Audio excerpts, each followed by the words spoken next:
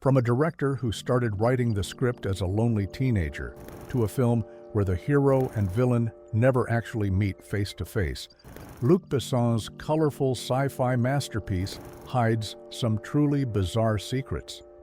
Behind the orange hair and outrageous costumes lie production mishaps involving forklift accidents, royal casting rejections, and a love triangle that destroyed marriages. Fact 1. The hero and villain never meet. In most action movies, there's always that big moment when the hero comes face to face with the villain for a dramatic showdown.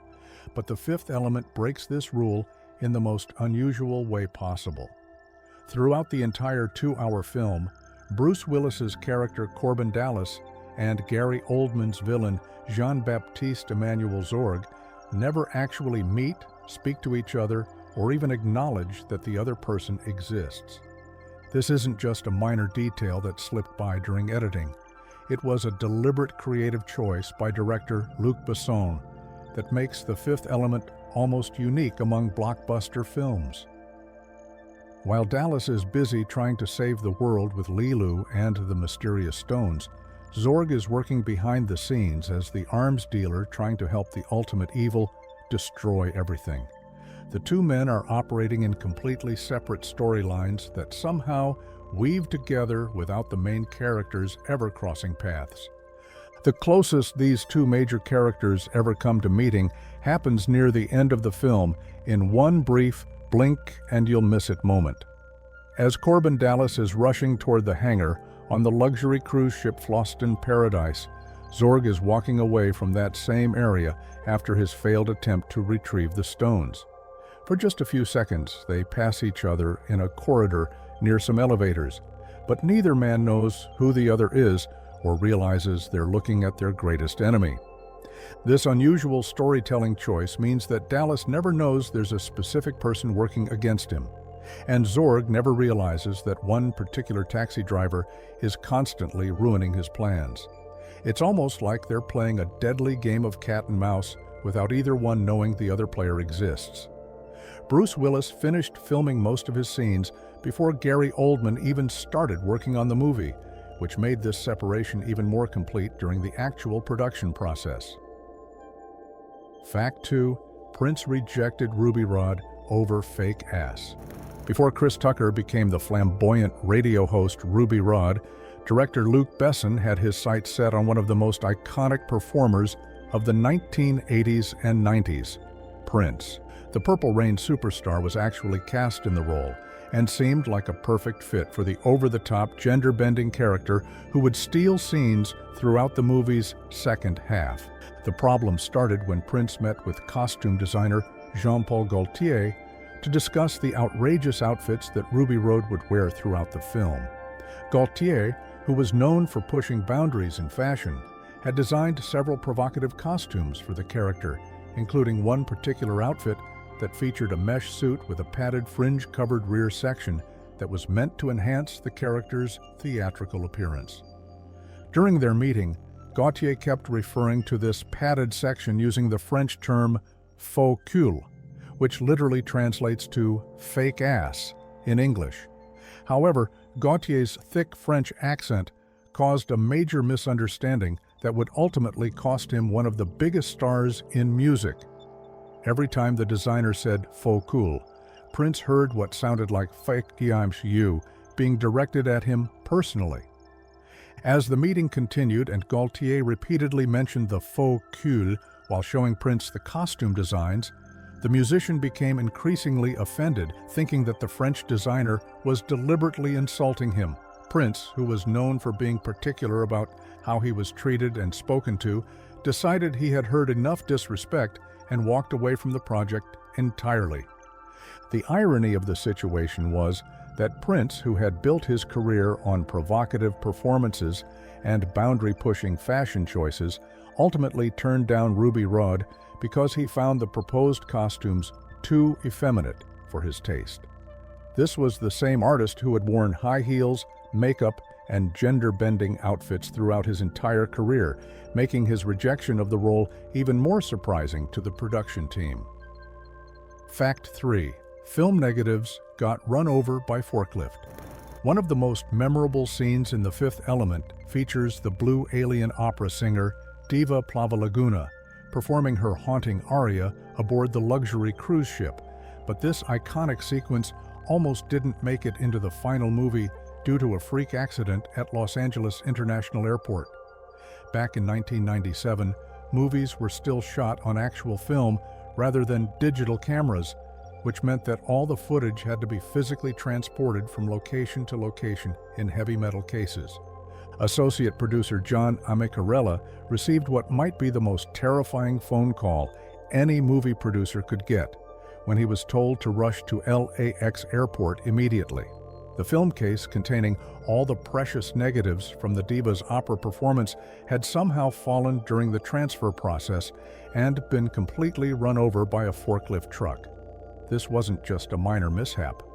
We're talking about a massive piece of industrial equipment crushing a case full of irreplaceable footage that had cost hundreds of thousands of dollars to shoot. When Amicarella arrived at the airport, he was presented with what looked like a complete disaster. The airport workers had gathered up all the damaged film and dumped it into several trash cans, creating a nightmarish scene of tangled celluloid and broken reels. The footage that was supposed to showcase one of the movie's most visually stunning moments was now literally sitting in garbage bins, crushed and potentially unusable. However, Amicarella and his team managed to perform what could only be described as a movie miracle. After carefully sorting through all the damaged film strips, they discovered that there was actually enough usable footage scattered throughout the wreckage to cut the entire diva sequence together. The scene that audiences see in the final film was essentially pieced together from salvaged fragments that survived being run over by heavy machinery.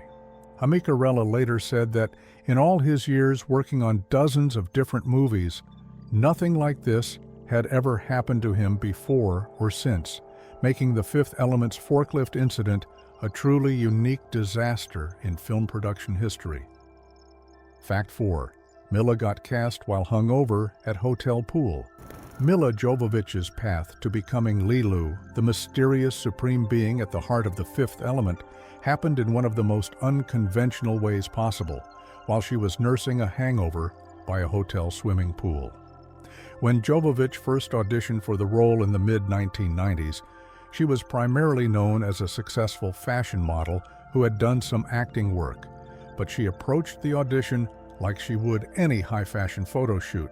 Director Luc Besson later described that first audition as a complete disaster, saying that Jovovich showed up overdressed and over-made-up and very, very nervous. She had put on a flashy outfit with heavy makeup and styled hair, thinking this would impress the filmmakers, but it had exactly the opposite effect. Besson passed on her immediately, feeling that she didn't capture the natural, otherworldly quality he was looking for in the character of Lilu. After rejecting Jovovich, Besson and his casting team continued their search, eventually seeing hundreds of other actresses over the following weeks. The production team auditioned around 8,000 actresses total, with Besson personally meeting with 200 to 300 of them, as they tried to find the perfect person to play this unique character who needed to seem both alien and completely human at the same time. Several weeks after that failed audition, fate intervened in the most unexpected way when Besson happened to run into Jovovich at a hotel pool. She had been out partying the night before and was spending the day recovering from her hangover, which meant she had no makeup on. Her hair was natural and unstyled, and she was just wearing casual poolside clothes. When Besson saw her in this completely unguarded state, he immediately realized that this was exactly the look and energy he had been searching for. The natural, vulnerable appearance that Jovovich had while hungover perfectly matched Besson's vision of Lilu as an innocent being who was just learning about the world, and he asked her to audition again, this time without all the fashion model styling that had gotten in the way during their first meeting. Fact 5. Chris Tucker was chosen for being small. Chris Tucker's casting as the flamboyant radio host, Ruby Rhod, came down to one surprisingly simple reason that had nothing to do with his comedic talent or acting ability. Director Luc Besson thought he would make Bruce Willis look physically bigger and more imposing on screen. This casting decision was based purely on the visual contrast between the two actors, with Besson making what might be one of the most blunt casting observations in movie history. According to an oral history of the film published by Entertainment Weekly, Besson was remarkably direct about his reasoning for choosing Tucker over other candidates who were being considered for the role. The director literally said that Tucker looks like a shrimp when standing next to Bruce Willis, and that this dramatic size difference would create the perfect comedic dynamic between the two characters throughout their scenes together. The role of Ruby Rhod had already gone through several potential casting choices before Tucker entered the picture. After losing the original choice for the character, the production team was also seriously considering Jamie Foxx for the part, and both actors brought very different qualities to their auditions. While Foxx was certainly talented and had the charisma needed for such an over-the-top character, Besson felt that Tucker's much smaller physical frame would work better for the visual comedy he was trying to achieve.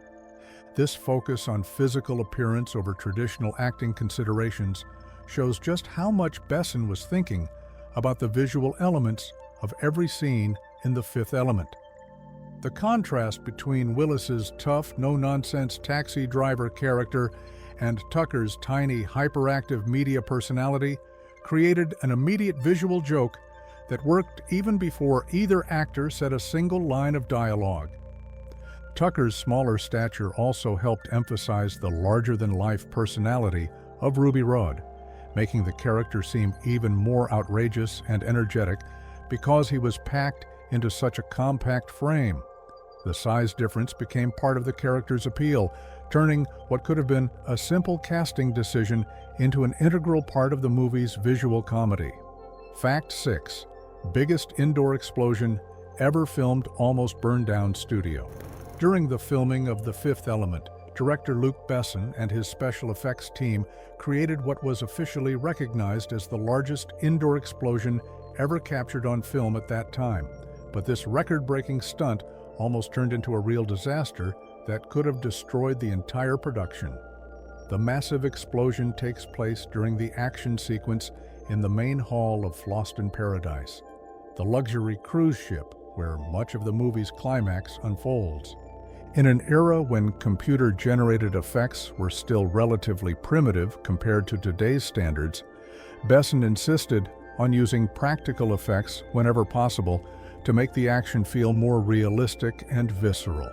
This meant that instead of creating the explosion digitally in post-production, the special effects team had to design and detonate real explosives inside a closed soundstage, which required incredibly precise planning and safety measures to protect the cast and crew. The explosion itself was so enormous that it created a massive fireball that filled the entire soundstage, producing flames that reached heights and temperatures far beyond what the safety team had originally calculated. What was supposed to be a controlled blast that would burn for just a few seconds quickly became a raging inferno that threatened to spread beyond the designated area and potentially engulf the entire studio facility. The fire department and on-set safety crews found themselves in a desperate 25-minute battle to bring the flames under control, using every piece of firefighting equipment available on the studio lot. During those terrifying minutes, there was genuine concern that the fire might spread to other sound stages or damage expensive equipment and sets that were being used for other productions at the same facility. Despite the chaos and danger, the cameras kept rolling throughout the entire incident, which means that the explosion audiences see in the final film is completely real and unenhanced by digital effects. The intense heat and genuine panic visible on some of the actors' faces during the scene reflects the fact that they were witnessing an actual emergency unfolding around them, making their performances even more authentic and dramatic. Fact 7. A single jacket cost $5,000. The costume budget for The Fifth Element reached absolutely extraordinary levels, with legendary fashion designer Jean-Paul Gaultier creating what might be the most expensive and elaborate wardrobe in movie history. One single jacket designed for the film cost $5,000 to produce, which in 1997 money would be equivalent to over $8,000 today, making it more expensive than most people's entire wardrobes. Gaultier didn't just design costumes for the main characters, he created over 1,000 individual outfits for the entire production, which according to curator Thierry-Maxime Loriot, was like producing 10 complete fashion collections all for one movie. This massive undertaking required Gaultier to produce an estimated 5,000 initial sketches before narrowing down his designs to the final looks that appear in the film, representing months of intensive creative work. What made Gaultier's approach truly unique was his obsessive attention to detail for every single person who appeared on screen, no matter how briefly. He personally designed costumes not just for Bruce Willis, Milla Jovovich, and the other main stars, but also for hundreds of background extras who might only appear for a few seconds in crowd scenes. This level of detail was almost unheard of in Hollywood productions, where background actors typically wear generic, off-the-rack clothing. Gaultier's perfectionism went even further than just designing the costumes. He would arrive on set every morning and personally inspect every single outfit worn by every actor and extra before filming could begin. During large crowd scenes that featured 300 or more people, Gaultier would walk through the entire group, making individual adjustments to each person's costume, ensuring that everything looked exactly right according to his vision. This incredible attention to detail meant that even people who appear in the background for just a moment are wearing custom-designed, futuristic outfits that were created specifically for their character and checked by one of the world's most famous fashion designers. The result is a movie where every frame looks like a high-fashion photo shoot, with no detail too small to receive Gaultier's personal attention. Fact 8. Besson divorced his wife mid-production for lead actress. One of the most dramatic behind-the-scenes stories from The Fifth Element involved a real-life love triangle that played out during filming, with director Luc Besson leaving his wife for his 19-year-old leading actress in what became an open secret among the cast and crew. When production began, Besson was married to Luc Besson, a French actress and singer who had initially been reluctant to work with her husband on the film because she believed that married couples shouldn't mix their personal and professional lives. Despite her reservations about working together, Maïwenn ended up playing a crucial role in the movie when the original actress, cast as the Blue Alien opera singer Diva Plavalaguna, dropped out at the last minute. Maïwenn stepped in to help save the production by taking on the iconic role, which required her to spend hours in elaborate blue makeup and perform one of the film's most memorable scenes aboard the luxury cruise ship. However, while Maïwenn was helping to save her husband's movie by playing the diva, Besson was developing romantic feelings for Milla Jovovich, who was playing the lead role of Lilu. The affair between the director and his star became increasingly obvious to everyone on set, though they tried to keep it secretive during the actual filming process. Bruce Willis, who played Corbin Dallas, later told Entertainment Weekly that the real romance was between Luc and Milla, and that their relationship was clear to anyone paying attention. The situation created an incredibly awkward working environment, with Besson's wife performing in scenes while he was falling in love with another actress. Maïwenn and Besson divorced during production, and by the time The Fifth Element premiered at the Cannes Film Festival, Besson and Jovovich arrived together as a couple. They married at the end of 1997, but their relationship followed the same pattern as Besson's previous marriage, ending in divorce just 2 years later in 1999. This pattern of mixing personal relationships with professional projects seems to have been a recurring theme in Besson's career, as he directed Jovovich again in his next film. Fact 9. Jovovich babysat Bruce Willis's kids between takes. Milla Jovovich was by far the youngest member of The Fifth Element's main cast, and this age difference created some unexpected dynamics on set that went beyond the typical working relationships between actors. While the older, more established stars like Bruce Willis, Gary Oldman, and Ian Holm would socialize together during breaks in filming, Jovovich often found herself in a completely different social circle that had nothing to do with the entertainment industry. Bruce Willis was married to actress Demi Moore at the time, and the couple frequently brought their young daughters to visit the set during the long months of production. Rather than trying to force her way into conversations with actors who were much older and at different stages in their careers, Jovovich discovered that she had much more fun spending time with Willis and Moore's children, who were closer to her own energy level and interests.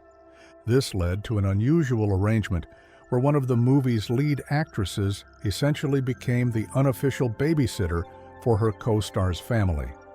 When Willis and Moore wanted to go out for dinner or spend time together as a couple during filming breaks, they would ask Jovovich to watch their kids, and she was always happy to help out.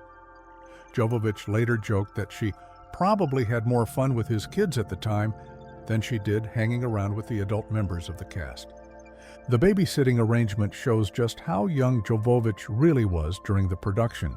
She was closer in age and mindset to the children of her famous co-stars than she was to the established Hollywood actors she was working alongside. This age gap also meant that while the other actors were dealing with typical adult concerns and career pressures, Jovovich was still in a phase of her life where playing with kids and having silly fun felt more natural than discussing serious industry topics. The fact that Willis and Moore trusted their lead actress enough to leave their children in her care also suggests that despite the intense filming schedule and high-pressure environment, the set maintained a family-friendly atmosphere where personal relationships could develop naturally. Fact 10. Gary Oldman hates the movie. Gary Oldman delivers one of the most memorable villain performances in science fiction movie history as Jean-Baptiste Emmanuel Zorg. But in a shocking twist that fans rarely know about, the acclaimed actor absolutely despises The Fifth Element and has never been shy about expressing his feelings toward the film. Despite creating an iconic character that movie lovers quote and reference decades later, Oldman has publicly stated multiple times that he can't bear the movie and considers his performance to be terrible. The reason behind Oldman's participation in the film makes his hatred of it even more surprising, because he didn't take the role for artistic reasons or because he believed in the project. Instead, Oldman agreed to play Zorg as a personal favor to director Luc Besson, who had helped finance Oldman's directorial debut called Kneel by Mouth a few years earlier. When Besson asked him to appear in The Fifth Element, Oldman felt obligated to return the favor and accepted the role without even bothering to read the script first. Oldman later described his decision to take the part as me singing for my supper, and admitted that he owed him one after Besson's financial support for his own directing project. This meant that Oldman showed up on set, having no real understanding of what kind of movie he was making or what his character was supposed to represent in the larger story, which may explain why he never connected with the material. In a 2014 interview, when Oldman was directly asked about his opinion of The Fifth Element, he didn't hesitate to express his true feelings, simply stating, "Oh no, I can't bear it." His dislike of the film seems to be genuine and long-lasting, rather than just a momentary reaction, since he has made similar negative comments about the movie in multiple interviews over the years. The irony is that while Oldman considers his performance to be poor, most fans and critics regard his over-the-top portrayal of Zorg as one of the film's highlights, proving that sometimes an actor's personal feelings about their work don't match how audiences receive it. Fact 11. The movie has wrong future date math. Despite all the meticulous attention to detail that went into creating The Fifth Element's elaborate futuristic world, The film contains one of the most embarrassing mathematical errors in movie history that somehow made it past multiple script revisions, filming, and post-production without anyone catching the mistake. The movie opens with a scene explicitly set in 1914, showing the alien Mondoshawan arriving at an Egyptian temple to collect the mysterious stones and weapon that will be needed to fight the ultimate evil. When the film jumps forward in time to show the main story with Bruce Willis and Milla Jovovich, a title card appears on screen telling audiences that the events are taking place 300 years later. This should be simple math that any elementary school student could handle. If you start in 1914 and add 300 years, you should end up in 2214. However, when Corbin Dallas's alarm clock appears on screen in his futuristic New York apartment, it clearly displays the year as 2263, which is 49 years more than the 300-year jump that was promised. This means that either the title card is wrong and more than 300 years have actually passed, or the alarm clock is displaying the wrong year, or someone involved in making the movie simply made a basic arithmetic error. The confusion gets even worse when you look at other official sources related to the film, because different materials give different dates for when the main story takes place. The original 1997 DVD edition notes say the future scenes happen in 2257, while director Luc Besson has stated in interviews that the year is 2259, and yet the alarm clock in the actual movie clearly shows 2263. This mathematical inconsistency is particularly noticeable because The Fifth Element was such an expensive, high-profile production with hundreds of people working on every detail of the film. The fact that such a basic calculation error made it into the final version suggests that sometimes even the most carefully planned movies can have surprisingly simple mistakes that everyone overlooks. Fact 12. Lilu's hair damage required emergency wig. Milla Jovovich's iconic bright orange hair became one of the most recognizable visual elements of Lilu's character, but achieving this striking look came at a serious cost that nearly derailed the entire production halfway through filming.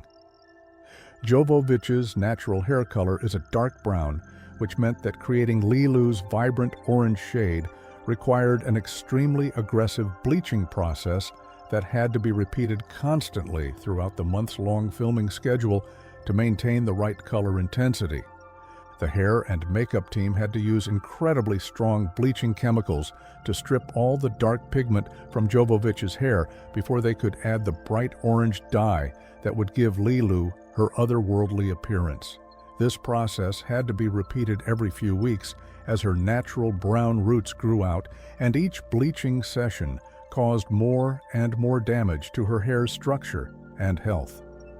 By the time the production reached the halfway point in the filming schedule, Jovovich's hair had become so severely damaged from the constant chemical processing that it was literally breaking off and falling out in chunks. The hairstylists and production team became genuinely concerned that she might end up completely bald if they continued putting her through the harsh bleaching treatments that were necessary to maintain Lilu's signature look. Faced with the possibility of losing their leading actress's hair entirely, the production team made the emergency decision to create a high-quality wig that would match Jovovich's damaged hair as closely as possible. This wig was used for all the remaining scenes that needed to be filmed, giving Jovovich's natural hair a chance to recover from the chemical damage it had endured during the first half of production. The switch between real hair and the wig creates a subtle but noticeable difference that observant viewers can spot when watching the film carefully. Scenes filmed early in the production show Jovovich's actual bleached and dyed hair, which has a slightly different texture and movement compared to the wig used in later scenes, creating an unintentional continuity issue that most people never notice but becomes obvious once you know what to look for. Fact 13. The diva's singing contains humanly impossible notes. One of the most breathtaking moments in The Fifth Element features the blue alien diva Plava Laguna performing her haunting operatic piece called The Diva Dance. But this iconic musical sequence contains vocal elements that are literally impossible for any human being to produce, no matter how talented they might be. The ethereal performance was voiced by Albanian opera singer Inva Mula, who has an incredibly impressive vocal range and years of professional training. But even she discovered limitations that no amount of skill could overcome. When Mula was first shown the sheet music for The Diva Dance, she immediately noticed something unusual about certain sections of the composition that didn't look quite right compared to traditional operatic pieces. As she studied the score more carefully, she realized that some of the note transitions were written in ways that would require the human voice to change pitch faster than physically possible, creating vocal leaps that defied the basic mechanics of how sound is produced by the throat and vocal cords. The problematic sections weren't just slightly difficult or challenging for singers to perform. They were genuinely impossible because they required the voice to jump between notes at speeds that exceed what human vocal anatomy can achieve. Mula explained to the production team that while she could sing each individual note perfectly, the transitions between certain notes happened so quickly that there wasn't enough time for her vocal cords to adjust and produce the required sounds in sequence. Rather than rewrite the music to make it more realistic, director Luc Besson and composer Eric Serra decided to embrace the alien nature of the character by keeping the impossible elements in the final version. To solve the technical problem, Mula recorded each individual note separately, allowing her to hit every pitch perfectly without worrying about the impossible transitions between them. The sound engineers then used digital editing technology to piece together all of these separately recorded notes, creating seamless transitions that no human singer could ever perform live. This technical approach allowed them to create a truly otherworldly vocal performance that reinforces the idea that the diva is not bound by human limitations. Fact 14. Cast reactions to Diva were completely genuine. Director Luc Besson wanted the moment when the mysterious blue alien Diva Plava Laguna makes her grand entrance to feel as magical and surprising as possible. So he came up with an elaborate plan to keep the character completely secret from his own cast and crew until the cameras were rolling. Even though his wife Maiwen was playing the diva, Besson made sure that nobody on set would see what she looked like in her full alien makeup and costume until the actual moment when they filmed her dramatic appearance on stage. During the weeks leading up to filming the diva's operatic performance aboard the luxury cruise ship, Besson kept Maiwen completely hidden behind curtains and screens whenever she was in her blue alien makeup. The elaborate transformation process took hours to complete, involving full-body blue paint, intricate headpieces, and flowing costumes. But even after all this work was finished, she remained concealed from everyone else working on the production. When it came time to film the scene where the diva makes her stunning entrance in front of the cruise ship's audience, Besson positioned all the actors and extras in their seats without giving them any preview of what they were about to see. Bruce Willis, Chris Tucker, and all the background performers were told to react naturally to whatever appeared on stage, but they had no idea what was coming. The moment when Maiwen stepped out from behind the curtains in her complete diva costume was the very first time that anyone in the cast had seen the character, and their amazed expressions were completely authentic reactions to seeing this otherworldly blue alien appear before them. The gasps of surprise, wide-eyed stares, and looks of wonder that you see on screen were not acting performances. They were genuine human reactions to witnessing something truly unexpected and visually stunning. This approach meant that Besson captured something that would be impossible to recreate with traditional acting methods, because once the cast knew what the diva looked like, they could never again have that same spontaneous moment of discovery and amazement that makes the scene so powerful. Fact 15.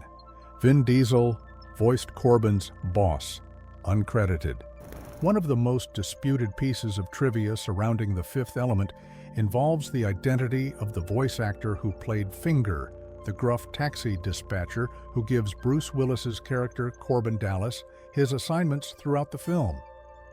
For years, movie fans and trivia websites have claimed that this uncredited voice role was performed by Vin Diesel, who would later become one of Hollywood's biggest action stars through the Fast and Furious franchise and other blockbuster films.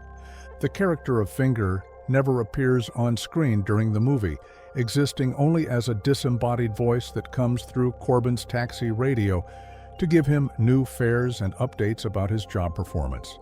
The voice has a distinctive, tough, working-class sound that fits perfectly with the character of a no-nonsense dispatcher managing a fleet of flying cabs in the 23rd century New York City. This supposed connection to Vin Diesel would make sense from a timeline perspective, since The Fifth Element was filmed in 1996 and released in 1997, which was right around the time that Diesel was just starting his acting career with small roles and voice work before he became famous. During this period, Diesel was exactly the type of up-and-coming actor who might take an uncredited voice role in a big-budget science fiction film. However, director Luc Besson has directly contradicted this widely believed piece of movie trivia in interviews, stating that the voice of Finger was actually provided by a non-actor friend of Bruce Willis rather than by any professional performer. According to Besson, Willis brought in someone from his personal circle to record the dispatcher's lines, making it a completely informal arrangement that had nothing to do with casting professional voice actors. This creates an interesting situation where a persistent movie myth has spread widely across the internet and trivia collections, even though the film's own director has specifically denied that it's true. Whether fans choose to believe Besson's account or continue to think that Diesel provided the voice remains a matter of ongoing debate among movie enthusiasts.